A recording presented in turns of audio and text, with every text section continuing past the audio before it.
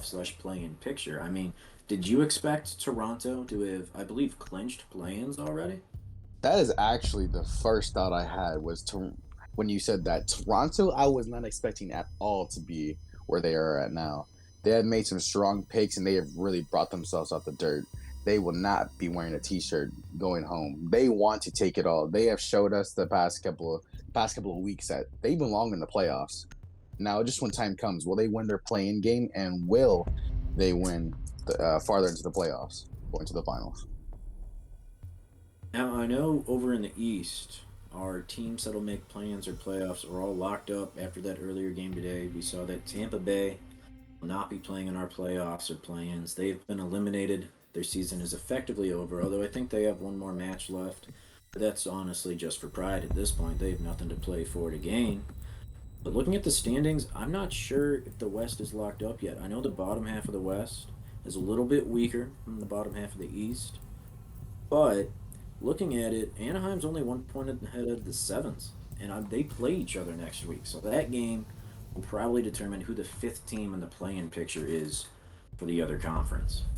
That is very true. It could lead to different outcomes because if if no Las Vegas does Las Vegas correct?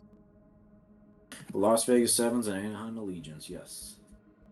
Yeah, Las Vegas. I kind of hope they don't forfeit and they kind of do just play it out, and they could potentially ruin Anaheim's plans. Well, no, Las Vegas, if they win over Anaheim, they make plans. That is true. That is true. And one thing I do want to point out, Anchorage, there's that big gap between Anchorage and Anaheim. There's a 9 point gap there. But remember, 2 weeks ago, Las Vegas just beat Anchorage 7-5. That is So if very Las true. Vegas sneaks into that last play-in spot, we might see an early Anchorage exit if they're not able to get this done today against Vancouver and on Thursday against Houston. I really can't tell if the West just looks weak or if the East just looks really strong comparing to the points from across the board. Because you do have Calgary going 31 points, being able to go higher than Miami, with Atlanta, Ottawa, and Toronto neck and neck. Meanwhile, you have Houston, Vancouver, and Anchorage. They're all kind of spread out. Besides Vancouver having just a little bit lower than Houston. Well, what do you take on that? Is the East just strong, or how do you feel about that? I think the East average team skill is a little bit stronger. I mean, obviously you have LA in the West, who's already been guaranteed to be up for relegation, and then you have Las Vegas and Anaheim, who have really struggled to get anything going this season. But you also got to keep in Defenders, account protect your bombs from being defused Atlanta by would be a lot attackers. higher in points if they didn't have the rule breaks early in the season that not only cost them roster spots, but cost them points as well. That is true. I remember the whole commotion about that early in the season. That having the points being lost, they just want to get points back, and then having of course one team drop out, giving everyone else 2 more points. Yeah, Montreal that ended up dropping out towards the end of the season, and we decided as a league that it wouldn't be fair to put another team in there, especially because Montreal had 12 points, all off of forfeit wins. So they were definitively in the playoff and playing picture. So to put a brand new team in there that hasn't Attackers played are a game moving all out to season locate a bomb and defuse really it. just didn't make sense to the league. So for those unaware, every team that hadn't played Montreal yet got 2 points awarded, basically an overtime win for that match. That is very true. And as we are finally back in the game, as we see, we have a very heavy attacking. It looks like towards the backside, going towards showers. You have Ducky going as Lion, Luke going as IQ. We got Habana, Grillock, and Jackal all on the board. Meanwhile, it seems like majority will be staying inside. Honestly, it is a smart move, seeing that we do have a Jackal looking out for the roamers and Gridlock for the flank. How do you think they'll take about this attack? I do want to point out is I talked about earlier how maybe having Thatcher and Osa off the board would change up their strategies to get those EMPs. They brought two operators to EMPs, the Gridlock and the Line, which makes me think maybe they were counting on playing this way all along. Maybe they didn't expect both of those operators to be banned, but it certainly seems like they were. That definitely is true. As you can see, I really feel like this rehost kind of gave them more of an advantage, being able to switch up their ops. Yeah, definitely. Well, You know, with the rehost, sometimes, I mean, they try to make it as clear as possible, but sometimes you see things and it just gives you that information earlier than you'd have it because you still get the prep phase again, and then you still get your start Bomb early rounds of located the by phase. attackers. that is very true. As you've seen, IQ being able to make rotates throughout the top floor, going to gaming and kitchen. While it seems like Anchorage is playing very, very, very slow game, matching just as much as attacking's doing. Because honestly, not much is going on other than them making some simple rotates or opening up hatches. While everyone is playing in sight. As we get our first gunfight, Gridlock and Solus being able to trade shots but not be able to hit each other not one time. As you see Yeah, Solus it's on holding a tight angle. Let's see what I can find. As two going push down into the Freezer. here. Oh yeah, that seems like they're trying to pinch Solus. It looks like might need to get this man some help. I've been able to trade shots going into longer. IQ being prone, that being the loudest thing you can do in the game, is kind of interesting. As Solus looks like she backed out of Freezer. Oh no, Solus still is in Freezer. She's going for the swing, and she moves, and she couldn't get the kill. Man, siege timing isn't the best thing, isn't it? As one goes down, Dalter going shotgun on Rook. Very interesting. As Scribble's holding Freezer. Being able to trade shots, you should really think a white team like that. As that gassed is Zach, correct?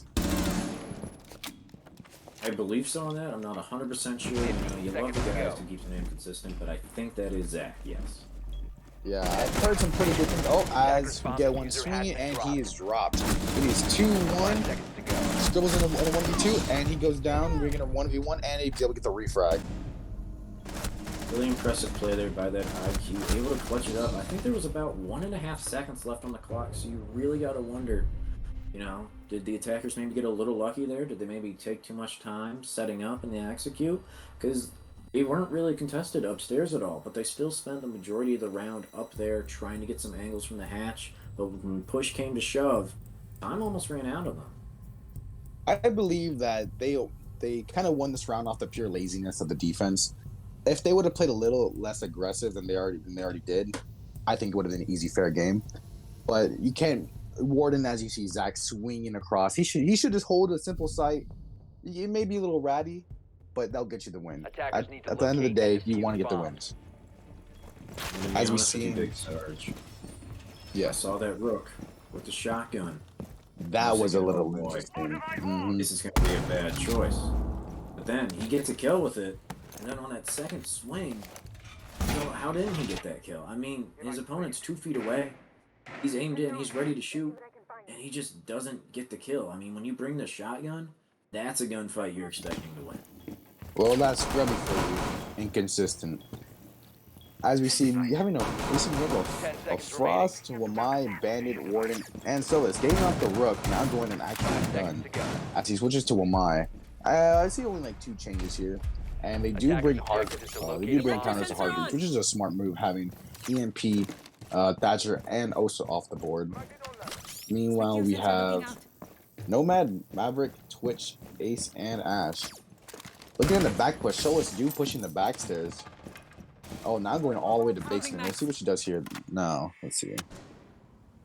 Seeing some of this really aggressive off-site roaming so far. I mean, you got Cans and Sinful Dreams. They're both running around, sprinting around a lot. I don't know if they're trying to maybe get spotted in one location, end up in another, but all that noise definitely means that the attackers should know they're somewhere out there lurking, and they need to be ready for them. Which is actually a really big change on their part, going from a heavy stay in sight where we had a 5-man in sight, now a heavy roam. It seems like. How many people are in sight? I'm counting.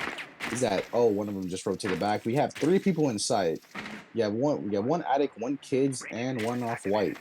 A bomb has been located. I mean, I'm glad you pointed that out. Not only did the defenders switch sites, they switched up strategies almost entirely since you're going more aggressive, but it's not going to work out for them this early, as the first 2 kills are going to be attackers. Dalter and Canyon's his name, right? Or how do you pronounce his name? I go with Kaons, but you know, Aeons. Oh, I have no whatever idea. you want. As we have Ash with the 1 tap, that must have been off of a trade, getting one of the first few kills in the game. Into round 2. Giving each other rotate. Oh, as you see, they reinforce the rotate off of Attic. Winning games off Interesting of play white. there by the defense.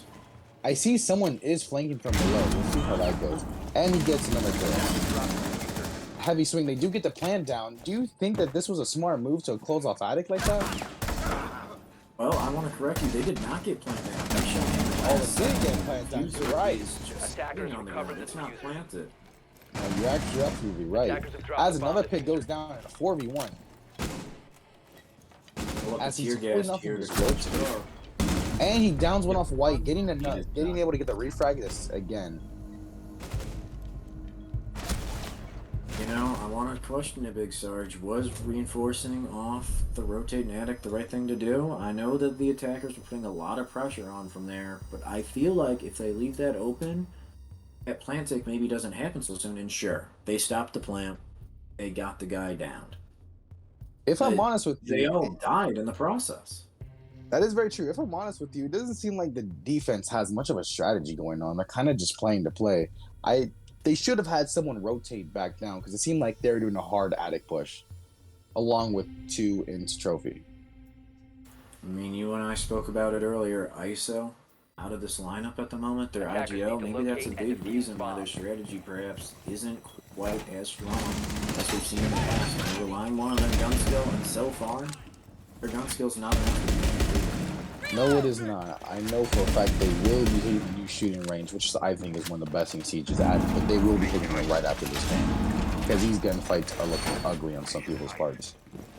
Reinforcing But you wall. do gotta keep in mind that we host with how long it takes to get people in the lobby beforehand. Sometimes people are sitting there about half an hour almost sometimes before their game actually starts, and it's really easy to get cold and have to rewarm up again in game to get your fragging power up and running. Here's the intent. That is very true. You can get a little icy cold in that lobbies. I've done that before where I said, you know Attackers must what, locate forget and this. defuse a bomb. Let me leave. Can you invite me back? I'm going to go hit some T-Huns. Spec you active. Looking for intent. Start As of the in- round here. Yeah, as they're now going for a front take instead of a junk push. One of the best things I like to do personally is running out that white window. That white window gives you some of the easiest kills in one game. You'll never see me jump out of a league game unless it's Oregon. You know I love jumping out in Oregon. As an interesting hold, who will be able to get who off the hatch as he now walks away just in time. As we got 2 droning, you got 1 still droning into. As he rotates now, out of armor.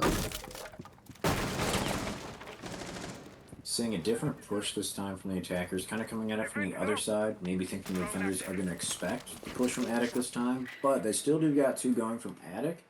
Real interesting to see where they end up focusing their push, if they sense a weakness, or if maybe they just go for what worked last round. As you see here, now we have finally getting the wall open. So, did they get it from below, or was it Twitch? I wasn't able to see on that angle how they got that wall open. And you have Maverick also. As you see, the person holding Attic does retreat, and we get the first pick, and that is ace off the board, and then we get the perfect Attackers refrag have recovered their diffuser. off of. That is Ash. Wall is open, so he's able to get wall off before he was picked off. And now I believe they're in Attic now, as they did have the guy defending Attic pushed off, and yes, we do have Nomad in Attic. As now we're joining them again, getting more and more in intel. As there we go, Valk is now doing flanking. Same with the Warden. I believe Valk is probably going to try to get a Nitro from below, because she does have her camp set up. Yes, and that's exactly what she is looking for. She's looking to get that Nitro off from below, and Warden now going right back to white. As Scribbles is holding the white, and Scribbles is no longer holding the white, as Ducky just takes him out. So we have 1 Attic, one Armory, and 1 Master. Fighting the Attic. Swinging and does not get the kill, leaving him in the 4v2. 4v1, back again with 4v1. Getting a 3v1, will we be able to get the comeback? Trading shots, so what they really should do is pinch this man. Attackers have dropped the bomb. And he gets it back to a 2v1. With a diffuser dropped, as he is now swinging. He does not know he is swinging yet. What is this man doing, Maverick? Someone wake this man up. As Maverick, as he appears, has lagged out, leaving into a 1v1. 12 seconds left. Someone has to get the kill. He's waiting for the swing, and he gets a kill, and that will leave him in a 1v1, 5 giving seconds them remaining. their first round. Gonna be honest, Big Sarge. I thought I was watching a replay of the Operators, previous you are out round of at time. first. We saw the attic push come through, take sight almost seemingly effortlessly. I mean, the defenders didn't do much other than die as far as defending sight goes. We saw that time Zach actually pulling out the 1v4, mind you, with a little bit of help, with some lag out, but still. Zach clutching up is the only reason that round was even close. You are absolutely correct. There's no way that he should have been put in a 4v1, but he's able to get off a 1v4 clutch. We can say 1v3 because one did lag out, but you being able to pull off that, you can just tell they were not ready for that. They did not have a game plan set down, and they were just going in for the easy pick, thinking it was going to be easy. And And look you how got that to question resulted. the coordination a little bit by Vancouver. I know Ducky is a critical part of their lineup that's new, but overall, as a team, you can't be losing a 1v3 when you have control of the site. Attackers need to locate You got That's to and have defuse absolutely someone bombs. correct. plant, have someone cover for the plant, and then maybe have one guy try and engage for the kill. But 1v3s, they're great to see the clutch, but they shouldn't be happening all that often. Absolutely not. It is actually very disappointing to be able to see him get off a 1v4. Luckily he was warded, but maybe they did see him flash on the board, but the warding does not matter. Warden is situational when he's helpful, but when he's helpful, he's very helpful. Oh, most definitely. And having the MPX 1.5 is always going to be amazing.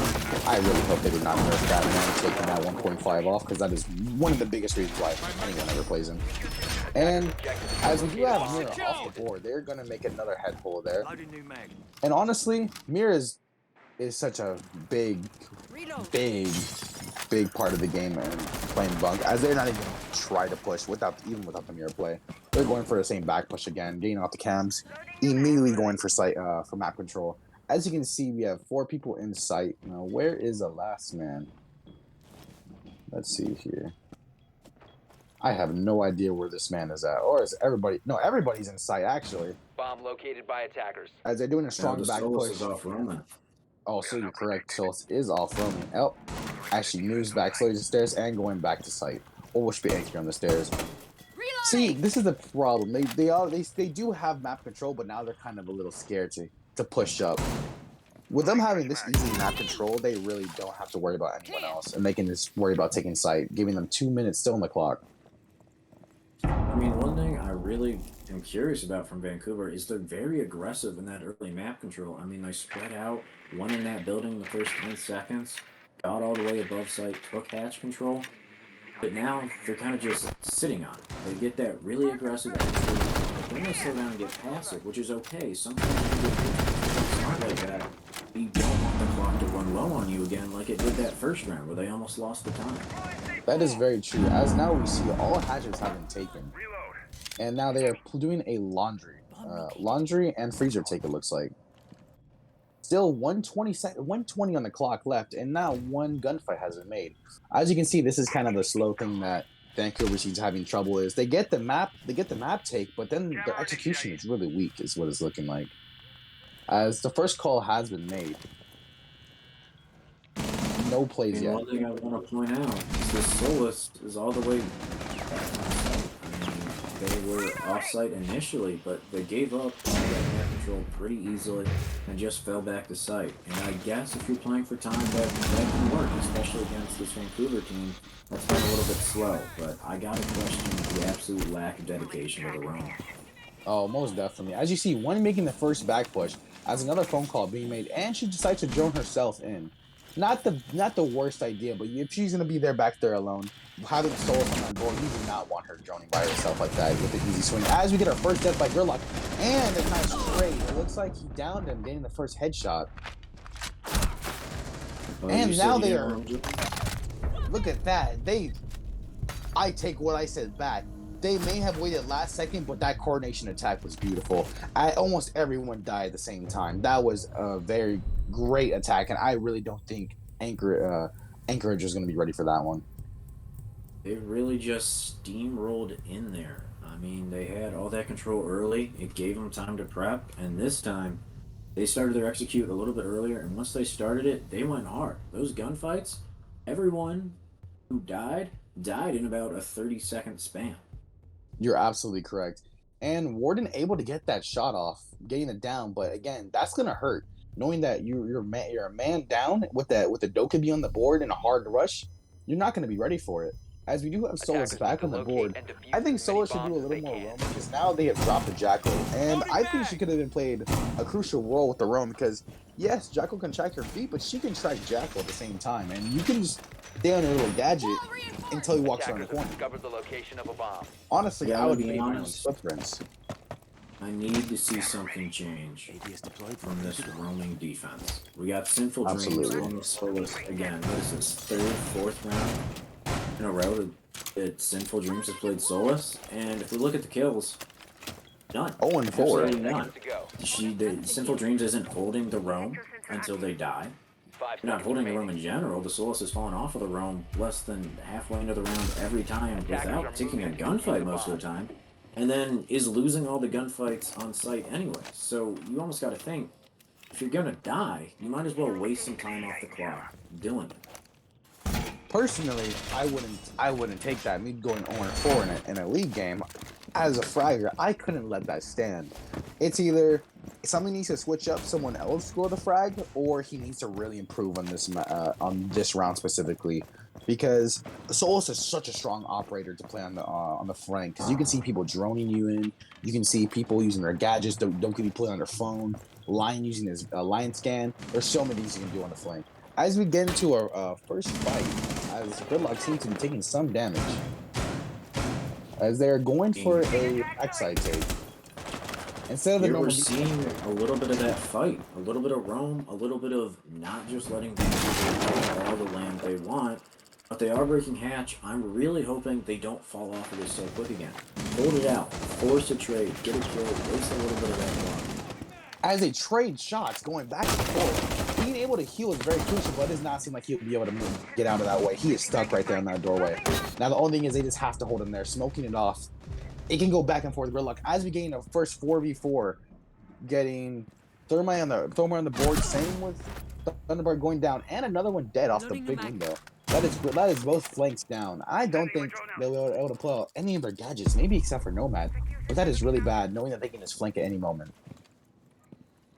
I mean, when you bring a Gridlock and a Nomad, you're hoping to be able to secure As your Lion flanks. goes down. Both of them dying early. Those flanks are left unsecured, and the attackers are in a desperate 2v4 situation. They are, and honestly, I don't know how I feel about this last pick. Unless he gets his crazy headshot, I'm not taking back anything I say. You definitely can go a lot more. As Thermite goes down, and now he's left in a 1v4. The tables have turned, or Anchorage is stuck in a 4v1s on 2 occasions. Now it's 1v4. As he's getting ready to swing, and you saw him, and he gets a one shot in. Getting able to get the one tap in, never mind. Well, can he make this comeback back after, as 2 are hard roaming, 1's still in sight? What these roamers should be doing is giving them a good flank. It is Glads after all. They could definitely get it off. Reloading. As instead of using his gun, his thermal, and he gets the first pick off. Or the first shot off. Going a shotgun. When you're rushing a shotgun, don't rush a shotgun. Because stuff like this does happen. He had a bit better advantage taking him on the far end. But Scribbles was smart enough to not go for the bait on the smoke and just kind of stay in the corner. But I am a little disappointed seeing how we had 2 hard roaming and no one wanted to put in the flank. Big Sarge, I do want to point this out, though. That was by far the best round we've seen by this defense so far. And what was the biggest difference? They were roaming. And honestly, round 2, they did the same thing. Going into I believe it was round 2, going into Master, they had like about 2 or 3 roaming. Some of them did come back to sight, but having the Valken Ward and being able to stay downstairs with their nitros and Cam still in sight can very much change the game. Because you may push sight, but you are worried about those 2 nitros being out, because you do not want to be, blown up from below.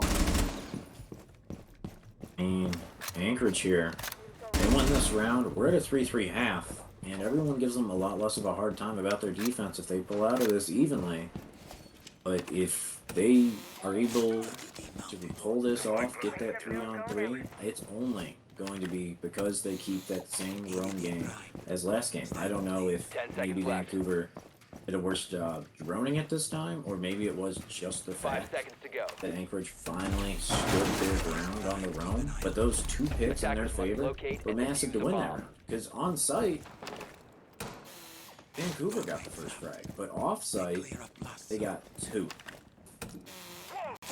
You're not wrong, and I think another big problem was on their initial attack was they're trying to get the upstairs take so hard that they were able to get the Anchorage was able to get the first 2 picks off with Gridlock and Nomad being down, 2 of the most crucial players that you will have on your team at the time. And honestly, I don't think they should have had a Gridlock and Nomad to begin with. You only need one of them. Yeah, As you see there, especially rounds Go on on, the sorry. board that you can set up on flank. I mean, 2 operators dedicated to that as well. You just got to question the maximizing of the efficiency of your operator selection. let's see if our first round from Anchorage winning was a fluke or was completely on purpose. Being winning, Zach being able to win a 1v3 as they get wall open again, not bringing anyone for denial this time, or they did bring someone for denial, but they were to get it off again.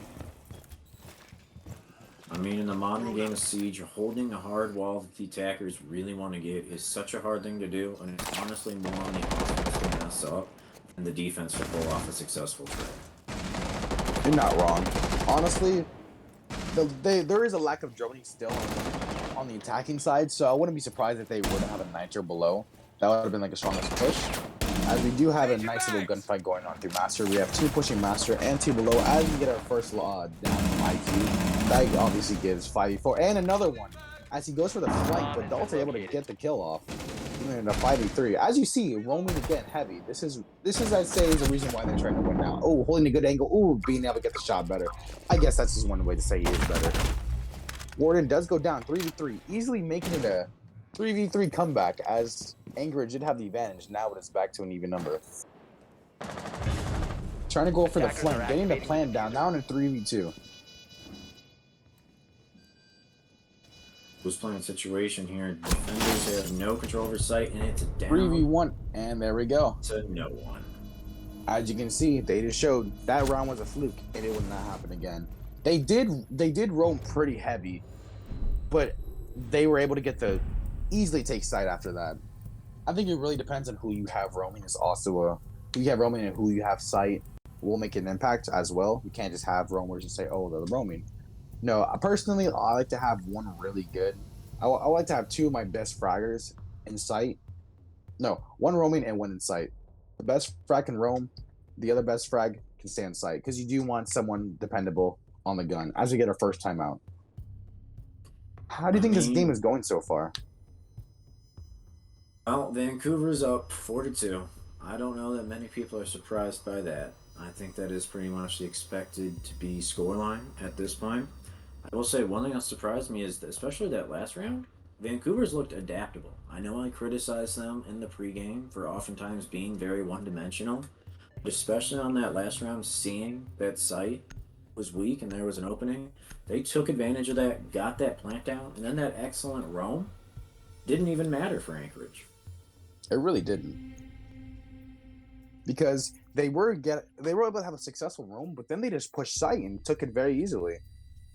Now Lion did have an amazing gunfight right at the entrance of the trophy door. He was able to get that. He looked in, got shot a bit, quick peeked, and he was dead. After that, they made their plays in. They got wall. They got the default plants off. Wall fortified. Now, do you feel like it was a lack of communication why they took sight, or was it simply just a pure gunfights? I'm going to be honest. When you have the numbers advantage, it's always a mistake on your part if the other team is able to take control of sight. That is very true. And honestly, I do see a bit of Anchorage not being able to hit some of their shots while they do have some easy 10 kills. seconds remaining. Fortunately for Vancouver, they are just having trouble 5 missing. seconds left before insertion. As kills are starting to go across the board, we have Ducky going 8-3. Attackers must locate Then we and have defuse 6-3, the bomb. 4-1, 5-3, 3-6. Meanwhile, you only have one person getting some kills off. Zach, 7-5. It does seem like he kind of does need some help. I want to point this out from a pressure point of view.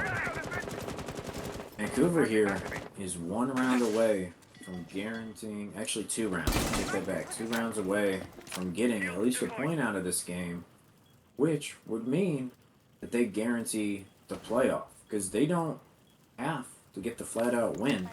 They're already, I think, 6 points, maybe it's 5 points. Regardless, Anchorage really needs these points, and they can't give up hardly any more rounds if they want to have a chance at skipping the play-in.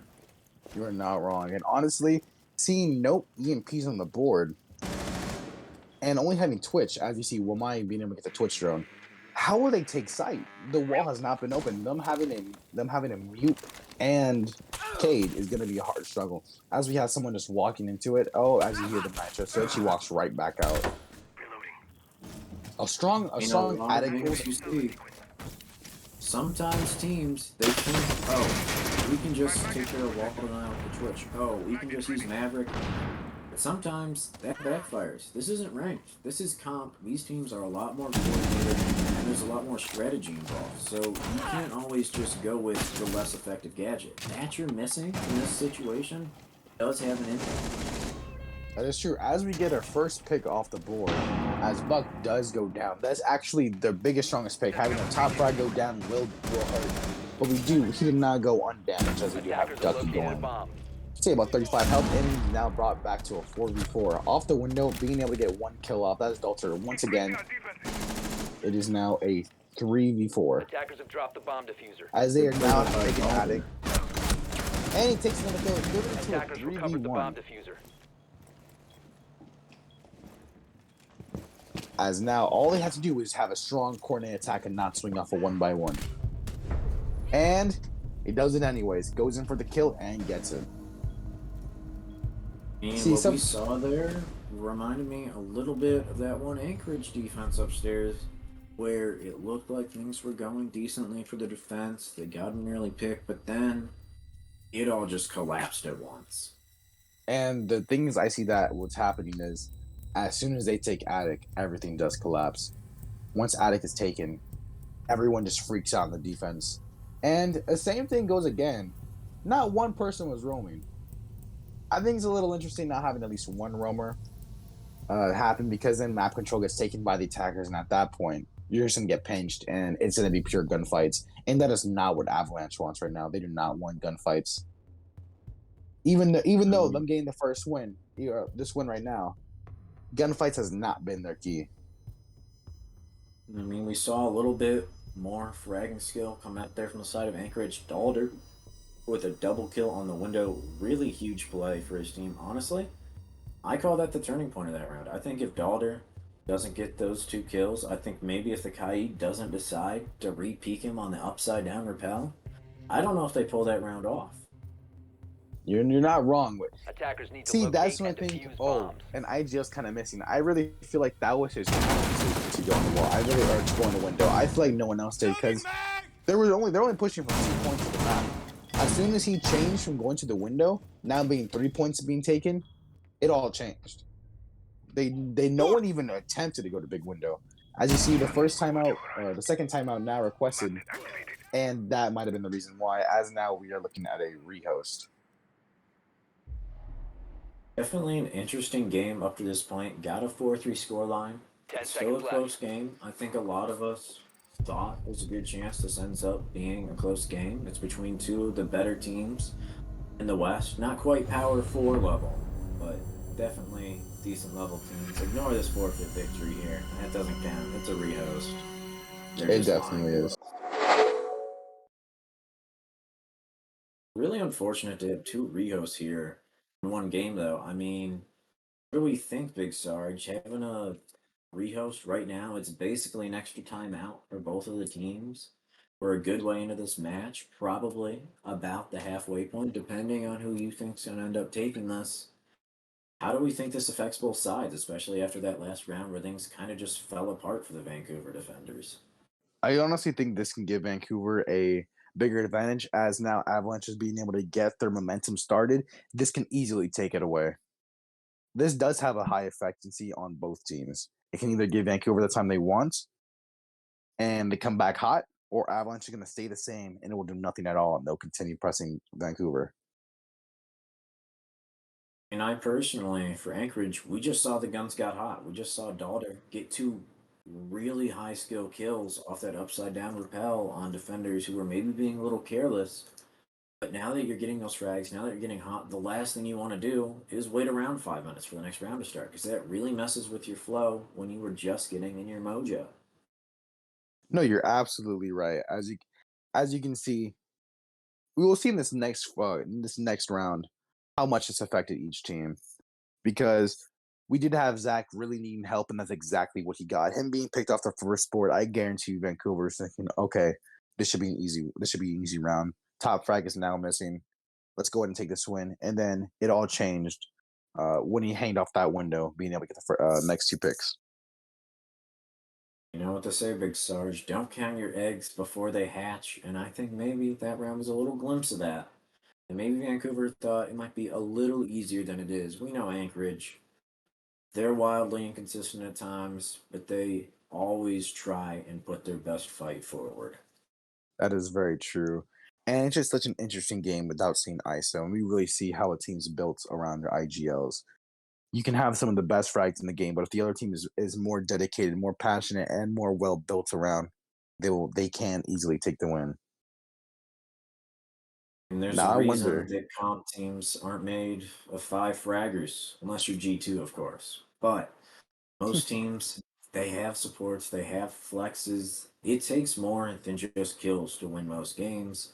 And when your IGL is missing, that whole aspect of your game sometimes gets messed up, and you really got to rely on your fraggers. You got to rely on getting that first pick.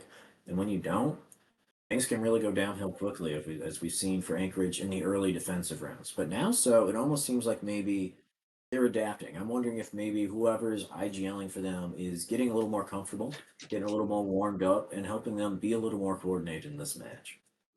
No, you're absolutely right. And honestly, I wouldn't doubt if it was Scribbles that is taking over the IGL, knowing that he is also one of the more known in the group, as he is also, I believe, one of the reps. You would think he's already had that leadership position. Maybe he can, maybe he can help build his team up. And it seems like whatever they're doing, keep doing it, because they have now started making a comeback after a huge deficit, and now they're bringing it in close in game. You know, Personally, we I'm all looking at know. overtime. You know, I gotta agree with you, Big Sarge. I think there's a high chance this goes to overtime, but I know how badly Anchorage wants to avoid that. Because if this goes to Yes. overtime, then they have to beat Houston in regulation to make playoffs, and that's going to be very hard.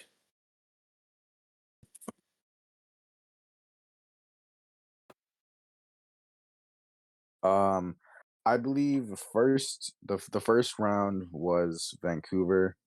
Then I think it was Vancouver again, and then I think it was then I believe Avalanche picked up the first win, and then Vancouver, Avalanche. I think that's how it went. You know, the thing they don't tell you about resets when you don't have a whole production studio behind you like Ubisoft does is they're not always easy, especially when we're so many rounds into the game. Which sites have already been played, who won which round, keeping track of all that becomes even harder. And you know the stat guys are kicking themselves right now. This is a rehost in the middle Oh of the game. yes. So now they can't just look at the end of the scoreboard. They got to look at before the rehost, and then they got to go back and look at after it. And you know, they're not getting paid to do stats.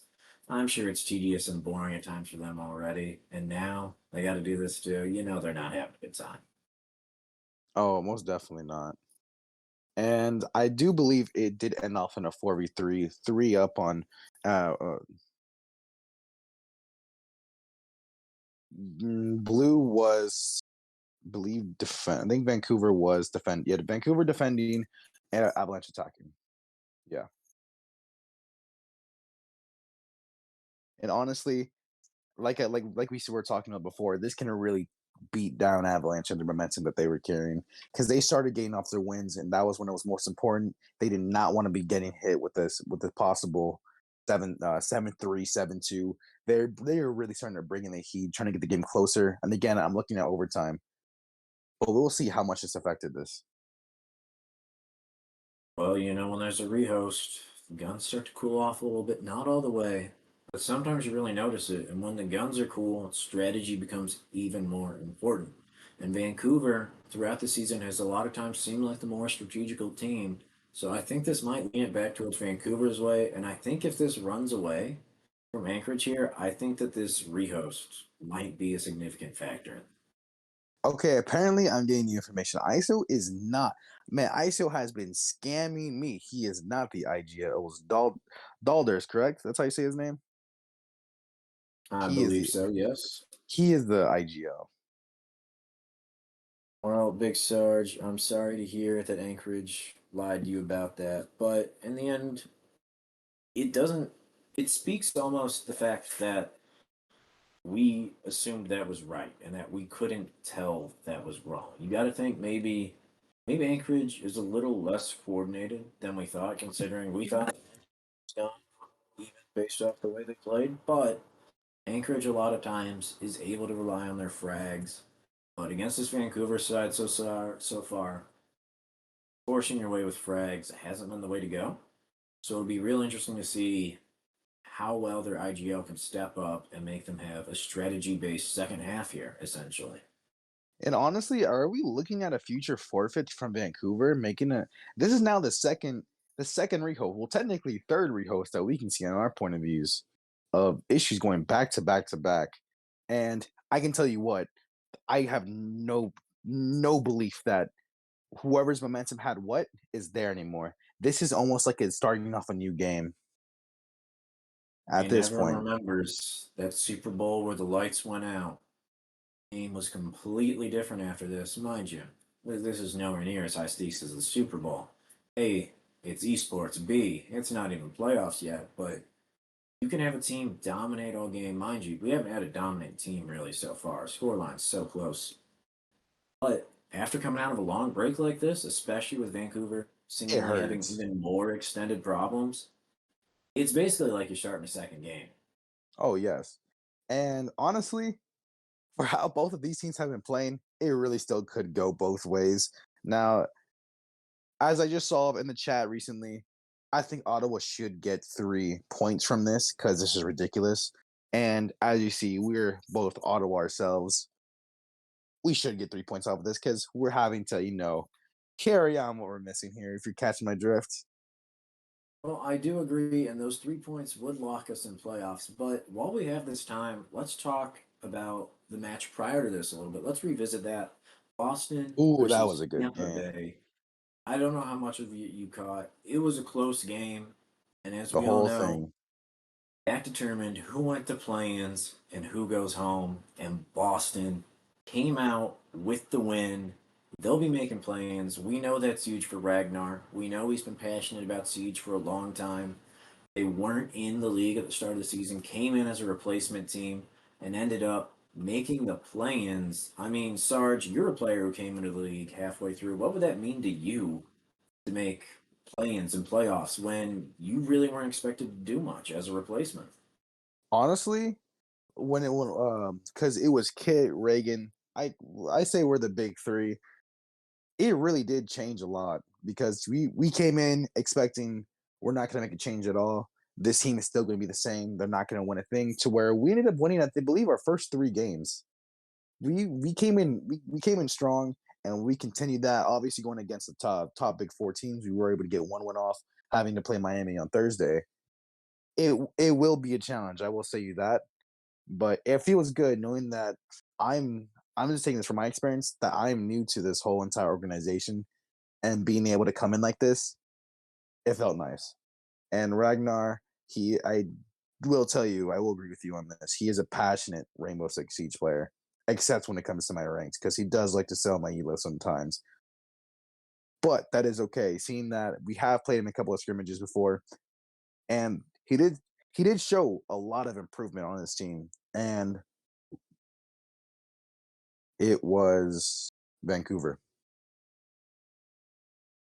It was Vancouver. I guarantee you. Yeah. Yeah, Vancouver was attacking first. But yeah, Boston really has made some improvements. And as you've seen, Loud's breaking the kill record by 25, which is many have breaking it, which many have tried. The closest we've seen was Lob, and not gonna lie, we did see a little bit of throwage in that game, but it didn't Well, you happen due to know, Tampa Bay nailing themselves, which is I could respect. when you know a teammate is close to a remarkable achievement, you always do a little extra to help them try and reach it, even Oh though yeah, sometimes it's not the smartest play. But to be able to see your teammate get that achievement, it's not only a boost morale for that player, but for the team as a whole. personally, it's like I can see why they did it. I probably would have done the same thing if it was Kit, Reagan, or myself. But I'm not on that team, so I can still be mad. No, you know what I mean? I get what you're saying there, and I do want to say just sincere congratulations to Ragnar. I mean, as a fellow team rep slash general manager myself, when you don't have a pre-made stat coming into the league and you just have a team and you gotta find players to fill it out, it is really hard sometimes to find good players because players that are actually reliable and show up are hard enough to come by on their own, and then B, actually finding players that are good and are willing to play a team game because you got lots of people. They'll show up and they'll frag out, but they won't play as a team. I mean, Caleb comes to mind as a really egotistical fragger who's good. He really hurts your team chemistry at times and makes it hard for your team to play as a team. And in Siege, you got to play as a team. So having to make those pieces, especially in the middle of the season, having to use those transfer windows really smartly, got to give props to Ragnar there on making a contending worthy team. I definitely do. I actually can't tell who has the second best pickup at the window. It's either between Boston or Toronto. Because Toronto has made some very big improvements. Same with Boston. I don't count Tampa Bay. Tampa Bay's Tampa Bay, personally. Tampa Bay really kind of came out surprisingly. I know that there was a lot of turmoil at the beginning of the season. Everyone thought Tampa Bay was going to be great. There were some problems though. Some things went bad, and the team ended up folding. Actually, I don't want to say that a certain scrimmage against a certain Ottawa Stormwatch caused their star player to leave their team, and as a result, the whole team crumbled and fell inwards. But if memory It looked serves like it correctly, did. Big Sarge, it kind of Yeah, seemed like you retired Tampa Bay. it does seem like that. And honestly, I was even playing the wrong sense to that game, if I'm completely honest with you. I had no idea what sense I was playing on, but it was not the right one. But I do recall that was actually our first game together as a team. I do remember the starting lineup. It was Kate, Reagan, Palva, Wolf, and myself. I believe it was a 7-3 win. Blew them out of the water. And then a few days later, they have dropped from the league. And now Tampa And Bay one again. Tampa Bay again now starting up again. I believe coincidentally, Tampa Bay's last game ended up being their first game against us. Still a new team, also the same result, 7-3 win. I mean, one thing I want to point out that really shows how much a team can change throughout the season and the preseason. One of Ottawa's first ever scrims back when Ray Shadow 23 himself was the head GM, the team rep, was against Tampa Bay, their original roster, and over two maps, Ottawa only managed to win 3 rounds total. And yet, we come later into the season, we have a turnover of ownership in Ottawa. We go from Ray Shadow 23 to Stampy and Gallium, and we see the exact opposite. We see Tampa Bay getting slammed. And it's really encouraging to see how these bottom power ranking teams can make decisions, can make moves at these transfer windows, and then this upcoming draft, which we'll have at the end of this season, and allow the bottom teams to be contenders. That is actually definitely true because I've seen some. I looked in a little draft and I have seen some people and looked at their stats. Like, wow, this person can make a huge change. I believe I saw a 1.6 KD and he played hard support, which is really surprising me. I'd never seen that before. I believe it was a hard support because it just said support. I'm like, someone's got to pick that man up. I like our team right now. Our last game that we just played was pretty great. Having a good one against Atlanta. That was honestly one of our best games from improving. We had a couple of scrims before that, ugly, and you should have seen the turnaround mid game or in game between all of us, was just great. And I did mention again the pickups between teams were Toronto and Boston were like almost neck and neck for second about the window. But obviously, I got to give the best pickups to Ottawa Stormwatch for picking up Kit, Reagan, and Sarge. Reagan's a bit iffy. He's a little slow sometimes.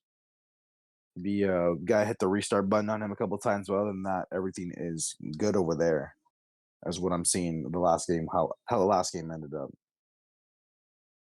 I mean, while we got this break, I know you don't know too much about it, Big Sarge, but let's just talk about the draft that's being incorporated into Hype Series in the offseason. For those who don't know, essentially, it was a proposal that ended up being accepted by the admin staff to add an entry draft similar to the NFL or the NHL or NBA if you follow any of those major sport leagues. And so Oh yeah, essentially, in Hyper Series, you're restricted to 9 roster spots. But with the draft, you're allowed 2 extra roster spots specifically for players you draft. That can add a lot more flexibility to rosters. That can allow you to have some more better players that maybe aren't as available on the team. And like you said about this draft, there's some real good players available in that draft. I haven't verified this, but someone who's declared for the draft claims that they were the #1 champion at I some point. just saw that today. I actually looked up his stats. What's it called? I believe he was number 4 last season. That's actually crazy. You brought that up. I do remember his name, Erratic or something like that. If that's the same person we're talking about, but yeah, he was. Oh, not I didn't see number 1, but the highest I've seen is 14, which is pretty impressive. I say the least.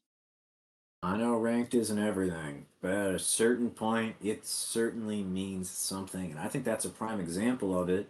I mean, we know we got this 2 round draft, and each team gets a first and second round pick, but those picks are tradable. And in the offseason, it'll be interesting to see if maybe teams trade their picks away. And then at the transfer windows next season, hopefully we'll see some more movement because previously you could only trade player for player. And let's be honest, Big Sarge, there's never a player for player trade that helps both teams. Because That is if very a true. player's good, you're not going to trade him. And if a player's bad, you're not going to trade for him. That is very true. I do remember there was talks about a trade going on. I believe you and Gallion wanted to trade me for Wee Wee. I had to try to talk y'all into not trading me. It was pretty scary, but we moved past that. Obviously, might be joking. And then I just see the Reagan loved the little comment I made towards him. I don't know if he just saw that. Oh, that's too good. I'm glad he was watching that. That was a little joke I had for him. But yeah, I believe it will also kind of. I think the draft could affect us as we're all finally back into the game after like a good solid 15 minutes maybe have gone by. But the draft can help somebody because what if you pick someone up so good, he ends up taking one of your starting rosters, and maybe that guy doesn't like that. Maybe he would want to leave after that. I mean, we've seen at the transfer Attackers need to windows what locate teams are and able to defuse do bombs. to improve themselves, but with a draft, whoever ends up with that #1 overall pick, it might be Anaheim, it might be the Sevens. That pick could really turn a franchise around, just like it can in the NBA and the NHL. Getting that star player gives you something so strong to build around, even if maybe you're not necessarily competing right away. It allows these worse teams to really get a strong player and really move their way up the ladder, kind of following that American dream from bottom to top. You're not wrong 10 at seconds all. before And insertion. personally, something does need to happen to Sevens. 5 And seconds left. actually, that was the first game I didn't Attackers drop have double discovered digits the on location because of a I bomb. personally Attackers are disliked moving how to they defuse the played bomb. very much. It was very, to me, it was kind of disorganized, and they really need to change something up. And I wasn't ready for that game. We almost get a double headshot on the player. As we are now in a 4v5, as now that Vancouver is down 1. and this possibly might change the game. Oh, as you see, Zach is ready in for the kill, and we're down to a 3v5. Oh, and he gets a flick, and he just shoots him in the head. We are now to 1v4 as now 1v3. As we had a fight in Pillar, it seems like it's a nice 1v1. He doesn't know he's swinging, and he almost forced a shot, and he's able to get the kill with 1v2. As they're now getting off the plan, but remember, it is solely she can't see who's planting, but I don't think she knows. I don't think she knows who's planting. Skrill was looking at the plants off, giving them time, as they're now both hiding in the closet, which is, I would say, a very interesting move. And when Solo swings and she gets his first kill off, she can get a double kill. As she does get one cam down, I believe they're still both in closet. No, one does leave closet, and she gets the kill off Twitch. As we are now bringing ourselves into a 4-4 game. And you know, one thing you hate to see, we wait that long for a rehost, and now it's not even a 5v5 anymore. You hate to see it, but one thing that we do like seeing is how aggressive the team of Anchorage got in response to that. Those last rounds, all throughout the early game, really slow, you know, dragging on, and then 30 seconds of kills all at the very end. But that round, most of the kills were already done with over 2 minutes left in the game, really seeing a lot more aggressive style that you can have as an attacker with an advantage in manpower. When every round you basically have the first pick, you can afford to kind of just throw some bodies in there, see what happens. That is very true. Just bringing it down to a 45 now, man, they gave me the biggest welcome to Caster. Bringing me into this hour-long game now over it's now a 4v5, it now being a 4-4, being even, and Millennium with the rotate as he wants to rotate. I was really about to say, am I really about to see a throwage in this game? I honestly think there's a little bit of throwage already, now that the fact it's a 4v5. They even wanted the rehost at first, and they got one, and look what happens now. They're down now. And we look here. We saw that Anchorage was really aggressive last round. What do we see Vancouver pull out this round? We see 3 trap ops. Yep. You know, they're thinking maybe Anchorage gets really aggressive and careless again, which has been something that's happened to Anchorage occasionally. But you're really thinking at this point, surely they take this one a little bit slowly, especially considering how much is on the line for them. And honestly, it seems like they're really letting Zach off the chains because he looks like he's ready for that gunfight. He actually looks like he's begging for it as he does get his gunfight, getting Capcan down. Now in 3v5, you do not want to be down a man. Honestly, they went from hard, and we get another 3v4 as he takes down Buck, getting the refrag, and we got another kill going on with a 3v3, now it being even numbers. Like I said, if they play very lazy, they will get these easy kills, which looks like it's happening here. And they are now going for the attic, the default attic push, and also getting the wall as well. And playing close to the wall, seeing if we can get him off in the corner. And as you see, one rotating, rotating back to white, or he's staying white below, watching the flank. As you do have Legion playing the shield, while Warden is playing in that corner of that closet, waiting for that swing.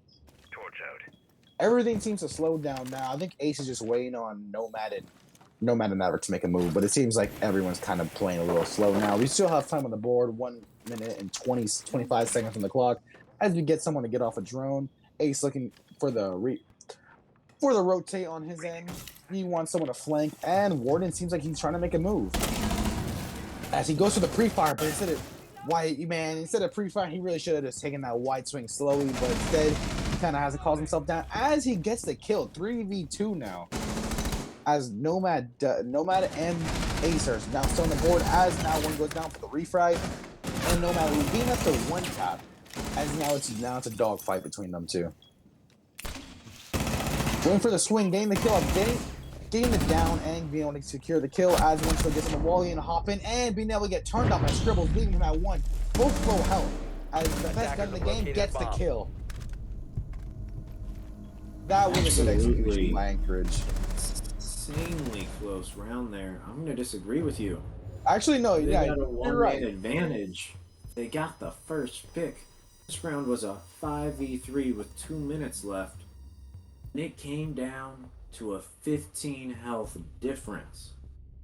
It shouldn't be doing that. You already have a man advantage off spawn. you get the first pick on top of that. You get the wall open that you need to get open. And then you have a nomad, and you should have flank drones. Surely, when you already have 5 people against 4, someone should certainly be setting up flank drones. And we see someone come up on the flank, catch him off guard, and then we see a couple Attackers need to more picks locate and defuse as many bombs as Vancouver's they way, can. and suddenly Laser gate in position. we're down to a 1v1, which means individuals. And honestly, I think Anchorage is very lucky to have pulled that one out, considering how sloppily they played it. No, you are right. I think when I said good execution by Anchorage, I think I should mean Scribbles because he was able to pull it off. If Borden would have played a little bit slower instead of going for the pre-fire, he would have got the kill, and honestly, that would have changed the whole round completely. Having see Ducky getting and rotating as they are back upstairs, which is, you are right. They did play pretty bad, but I can say that on both ends. Scribbles was able to gather himself together and being able to get the 2 picks of the game, giving them the round. And any other gun, he may have not done that because everybody knows the AK-12 is probably, if not the best, one of the best guns in the game. Well, he had a really good gun. Laser Still, gate his on! first gunfight happened while he was vaulting through breach. When you're vaulting through breach, you are so vulnerable. Oh, most definitely. He gets to flip, he wins that fight in a spawn peek here, I think. I made a 4-4, and it's Scribbles giving them, the ace off the bat. And I believe he jumped out a window there. And I think it's the same one I've been talking about this whole game. As now they're gonna have to take a re-push because we only actually no they don't because we still have a hard breach and we still have Maverick, and that is all up to Amaru to get that wall now. As she goes in for the pre-fires, and now he's watching the floor, and he might get the kill, and he does. Instead of playing that safer Ruby on the side, he just says, I'm gonna go for it, and this is the result. If you are not careful and you play lazy, you will get picked off. As he still holds the angle, and is now back to a 3v3. It seems like they are just trading off back and forth. As now it seems like they're not too sure what to do still.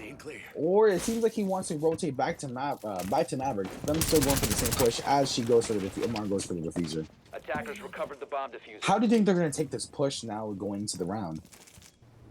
Well, now we got an even 3v3. All defenders are pretty much on site. I'm thinking we're looking at a master bedroom push here. Like, I don't know. It's a small bit to try to push through. I mean, they haven't died. They don't really have a good way to get that attic push going. It's looking like they're going to force master bedroom, but there's a warden on this team. Those flashes, they'll help. They'll take the other 2 out of the gunfight. But the Reloading! as we get our pick off, as you see him on the shield, him just standing up, and it's an easy kill for him. And honestly, the best what they had was Amaru going for the flank, maybe even going up attic just like that. But instead, she decides to play. She does get the wall, but after that, kind of freeze frames here. As Warden stays in the attic, and we have both one going to master and one holding trophy. As one does hold the flying wheels from the beds, from the bunks, and you're able to trade some shots off, getting Amar to half. And one as he now hops in, Warden holding the angle and gets the kill, giving him a triple kill of the round. Warden really seems to have been playing just the op himself alone has seemed to be really making a difference on each team. That gun is amazing FPX. That's coming in from the Warden himself. As he goes in for the pre-fire, getting the pick off, getting a nice little kill off of Warden, leaving one at dorms. She is one health, leaving her one shot to Amar anywhere on that body. As 7 seconds comes into play, she now has to go for the kill. 3 seconds left. Instead of going for the plant. And honestly, that was poor execution because she could have just planted. Baited the kill. To be honest with Big Sarge, we all bullied Toronto early in the season for not using our drones. We all told them, hey guys, you know you have drones, right? You have a man advantage, Anchorage.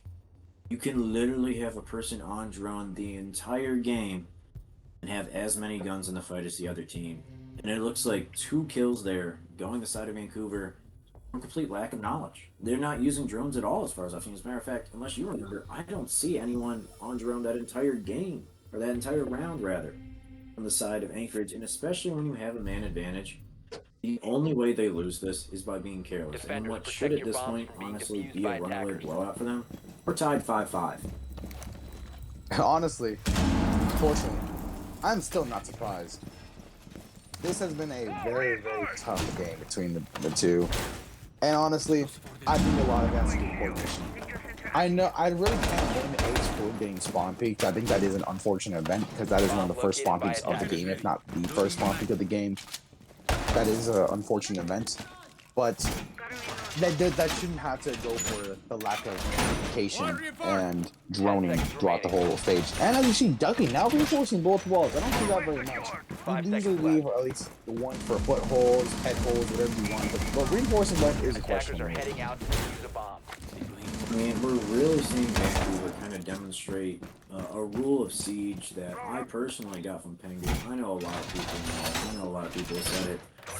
You need to play aggressive when you're down a man. When you're up a man, you need to play passive. And we're seeing Vancouver execute and follow that law perfectly right now. And we're seeing Anchorage rather, do almost the exact opposite. They're up a man. They have the advantage, and they're being hyper and over aggressive, and it's costing them. And I want to point out, one more round here goes Vancouver away. That's a point for them. And then that means that if Anchorage wants to skip the play-ins, they have to beat Houston in regulation. That is very true. As you see now, Jack is pushing in, taking elbow, and now it's a dogfight between the two. And Souls is still an elbow, holding. Now we're into a 4v4 now. Souls gained a 4v3, gained the pick, and get on a shooter off. Now going 3-3. 3-2. Attackers dropped a diffuser. Big Sarge here, having a little bit of difficulty with his mic here. I'll take over the play-by-play for now while he fixes that. All up at tear gas here, Zach. He's had a clutch earlier in this game, 1v4, well, essentially 1v3. But now he's on the attack. It's up to him to do everything. The other team isn't coming to him. He has to go to them. And, you know, you hate to see it. We look at the side here. I mean, they got 5 drones left, but they're all dead except for Zach. Taking it, the Solus and the Goyo, hoping with the Skeleton Key. He gets some shots off, and he's going to get pushed from Pillar, and it's not going to matter. That is a point for Vancouver, ladies and gentlemen. Big Sarge here, his mic back up and working. Not sure what happened with that. What? Big Oh Sarge. my gosh. I was talking the whole time and I was going off like crazy. That's crazy. All right. Well, I covered for you. Don't worry about it. But Vancouver here. Can you tell me how many rounds Vancouver has won now? You can hear me now, right? 6. I can hear you, Big Sarge. Okay, good. They've gotten the point out of this. They've gotten at least a point. This and honestly, you can see here, Ace was the only one I've seen drone, and he has lost both drones off the bat. And that, as you can see, is a kind of bit of a laziness from Avalanche. I've seen everyone at least had 1 drones but Ace was also one of the first people to die. As you see, Vancouver has really taken a sharp turn for this, and they're looking a lot better than they did. A lot more communications going on in their 4v5, and as you can see, them taking the break has really seemed to help them a lot. Well, Avalanche is playing even lazier than I've seen before the first time. I mean, I'm gonna be honest here. I've talked about how this means they have to be in regulation. I would honestly think maybe Vancouver wins the 4v5 here. I'm thinking so too. And it's just going kill. Each member of Vancouver, except for one, having a good amount of kills out of the few rounds they've played, while Warden and Solus being able to make the play off of elbow was really on her end. Her able to get the kill off, then going ahead and retreating back to site. Great plays while one still holding Freezer, and as you see, Ducky is drone goes off. Ducky is now rotating off. As you see, people are holding below, and he is stuck up there. Oh, as you see, no, he is not. He's going ahead and made a rotate, and now he's going right to Attic. Oh, I apologize, sneeze. It's good to see here Anchorage finally whipping out the drones while all the stakes are on the table. It's all if Vancouver wins this round, then it's an absolute embarrassment for Anchorage, and their playoff hopes are over. They'll have to go through the play-in, and the fact that might happen while they have a man advantage is absolutely insane. That absolutely is. A 4v5 still, minute 50 seconds left. Ducky only taking little bits of damage while he is still roaming, as they are still having trouble getting the wall, which is they should be able to get it off now. As we still have two off site, we have two in sight, and they are taking a huge default push. But the wall still yet not available. I don't know what's up with that. As you see one holding the door and accidentally flashing fuse as Zach goes down, leaving it to a 4v4. Oh, man, what is happening with them getting the wall? I am not sure. As well, they're struggling so much to get the wall. They're losing that initial gunfight. This is evened up 4-4 with not a lot of time, but as soon as I say now that, 3-4. As he hops out window, being able to trade shots with each other. Dalter being a lot lower than Cade. Man, that shotgun hits like a truck sometimes when you really need to. As one continues to hold from Attic, as Vigil is not swinging, and she drops, and is being able to kill off the Vigil. Now they have secured the top floor, now it being a 2v4, really in favor of Anchorage. All they have to do is walk into sight, holding angles and plants. I mean, what started out as an absolute disaster of a round for Anchorage has really turned around quickly here, assuming they're able to finish this one out. But a 2v3 there's as another one one for the drops. Warden. Yeah, as questionable decision before even droning, she drops, and as you can see, has died. And only one's on drones, while the other one seems to be spectating, unless they do only have one drone out, because Thermite seems to be the one of the only few two drone out, while Dalder does still have both drones, and Ash still has one. And instead of droning, they do decide to pick the gunfighters. I mean, you see them throwing flashes at a Warden here, not really sure what to cheap, but they're walking in sight. They don't even know. What are they doing? 10 seconds to go. As the plant does go down, Attackers plant is activating secure. the As she diffuser. is holding rotate down, which is a good angle. Now it all depends on how they play the rest of this. They could just easily avoid. Oh, as you do see one drone in sight. Surprised they missed that. As they do, all I have to do is hold one as he swings and gets a kill. Now all I have to do is hold and do not swing. This should be an easy round for Anchorage as long as Warden doesn't make any dumb mistakes here, and he does get the kill. He is slowly going up for the kill, and I honestly don't see him making a comeback. If he does, that'll be major. He's up the stairs. Never mind. This can all change. 1v1.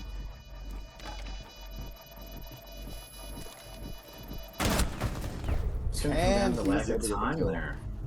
Yes, sir. I mean, he played slightly bit too slow, but honestly, what can you do in that situation? I mean, the sneaking upstairs, very impressive, honestly. Catching the guy up top, off guard.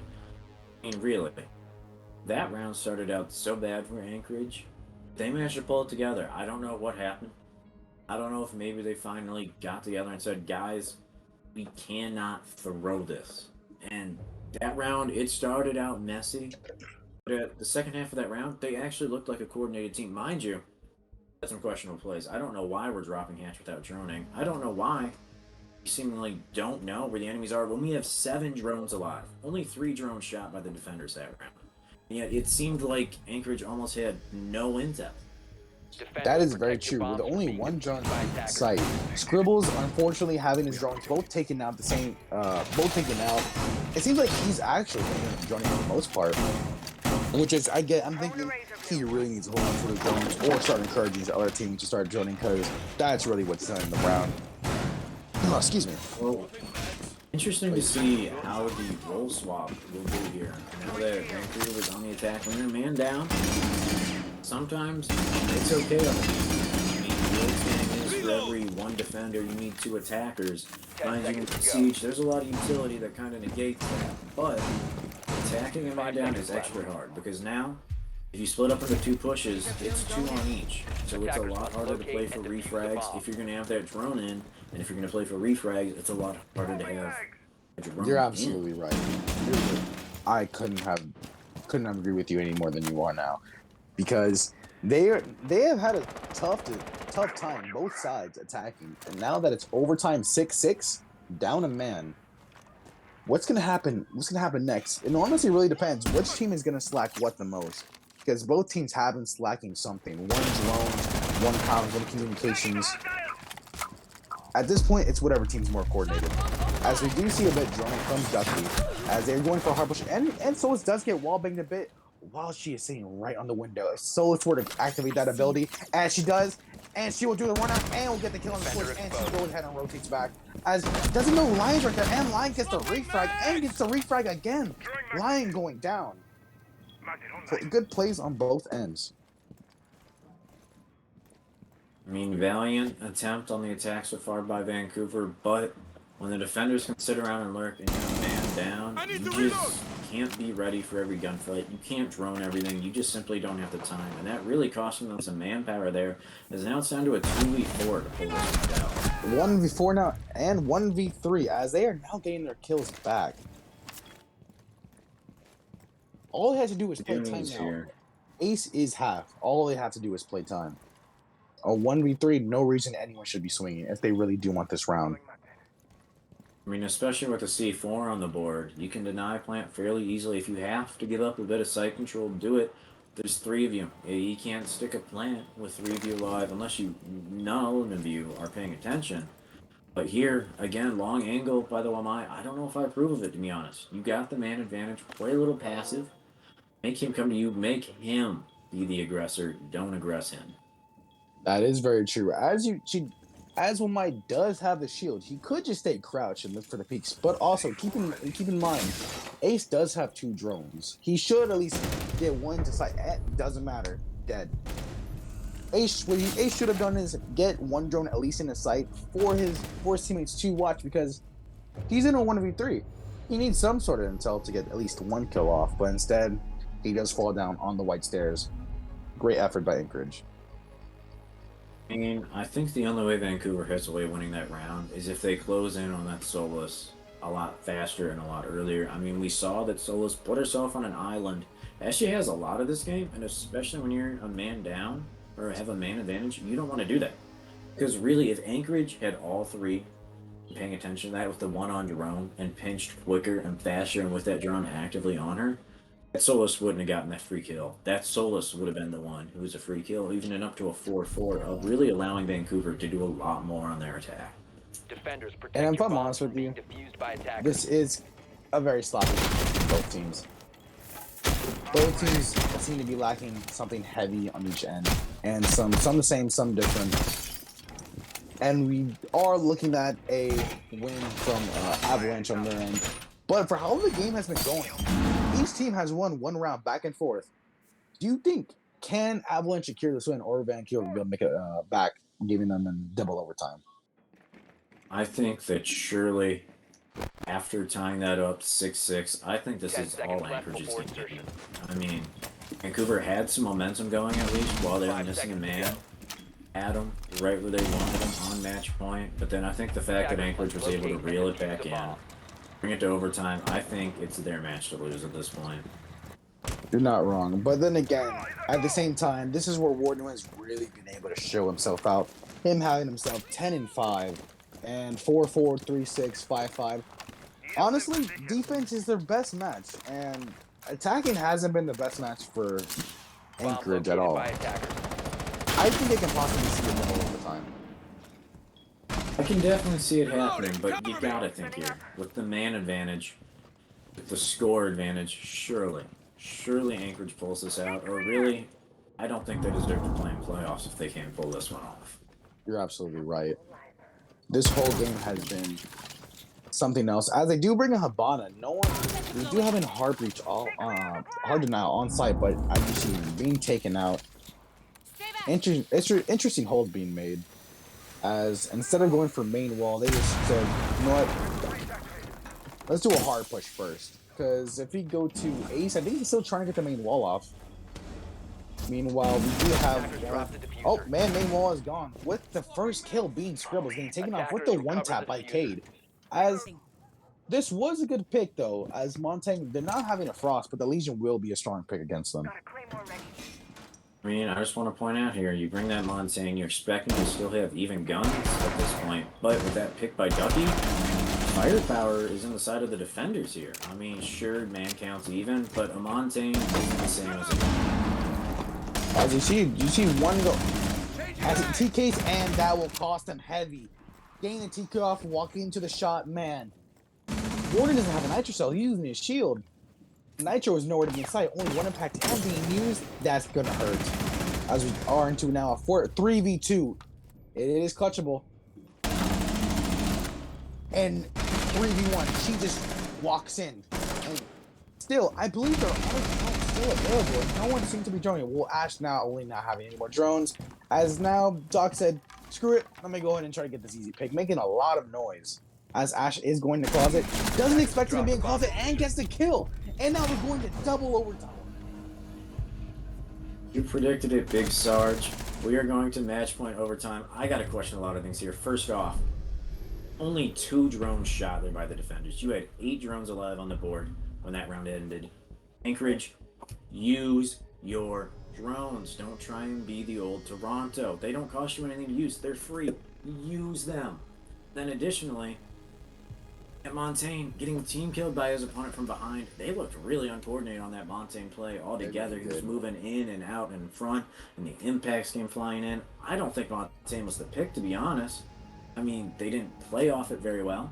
It ended up putting them a gun down at even man strength. I mean, really, I said it was Anchorage's game to lose. If they want to lose it, they need to play like that. Attackers need to locate. Yes, they do. And honestly, I'll have to disagree a little bit there. I think Montaigne was to play, but he should have let his nuts loose a little more and just hop down because he doesn't have a nitro cell and only one package in play.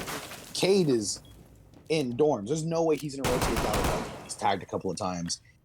And they did have Trophy locked down on the attacking side. All they had to do was Montaigne pushing a little bit aggressive, push them outside of Attic, hold them inside of Kids, go ahead and let Nomads rotate into Attic.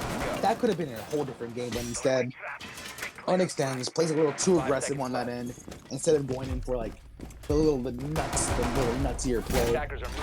He dies in the gunfight. Same with Nomad, and that's what cost him the round. Final round here. I know it's been a long game. We've had 2 rehosts. Everyone's a little fatigued at this point. Viewers and players are like, yeah, Amaru getting in there with Ducky. Maybe looking at an early first pick. Even That is very but true. I think, again, for the weak accomplish. But Capcan's moving around. Is he going to get picked off?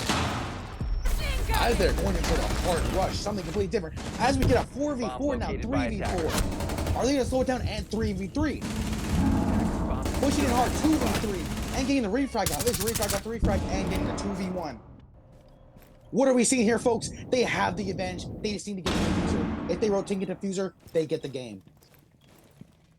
Don't go for the kill. Stuck back in freezer here. You got to look for those Capcan trips if you're Dingus and Ducky. But really, this has suddenly become Vancouver's game to lose.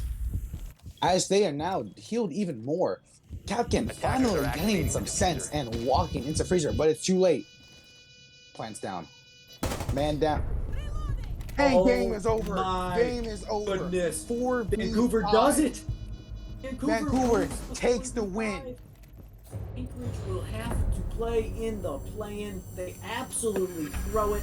Vancouver with the balls to have a rush on overtime match point, down a man. They do it. They pull it off. They win against all odds. I know they were the favorite team, but come on.